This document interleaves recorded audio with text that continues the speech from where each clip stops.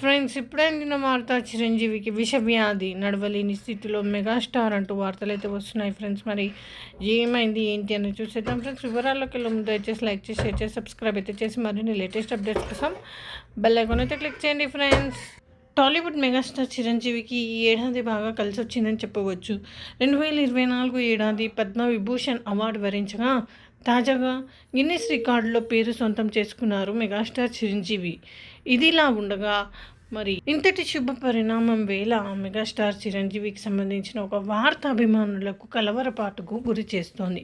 అదేమిటంటే, గత కొన్ని రోజులుగా చిరంజీవి ఒక వ్యాధితో బాధపడుతున్నారని, అందుకే స్టేజ్ మీదకు కూడా వెళ్ళలేని పరిస్థితిలో అటు అమీర్ ఖాన్, ఇటు ఆయన మేనల్లుడు సాయిధరమ్ తేజ్ సహాయం చేసిన వీడియోలు కూడా ఇప్పుడు వైరల్ అవుతున్నాయి.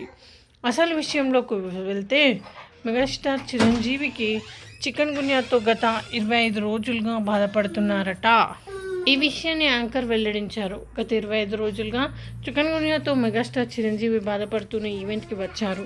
ఇప్పుడిప్పుడే ఆయన కోలుకుంటున్నారు. మళ్ళీ అభిమానుల కోసం మన ముందుకు వచ్చారు అంటూ తెలిపింది.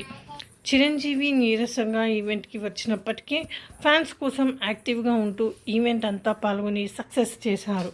దీంతో చిరంజీవిపై ప్రశంసలు కురిపిస్తున్నారు నెటిజన్లు. సో ఫ్రెండ్స్, ఈ విధంగా వార్తలు అయితే వస్తున్నాయి. Friends, thanks for watching.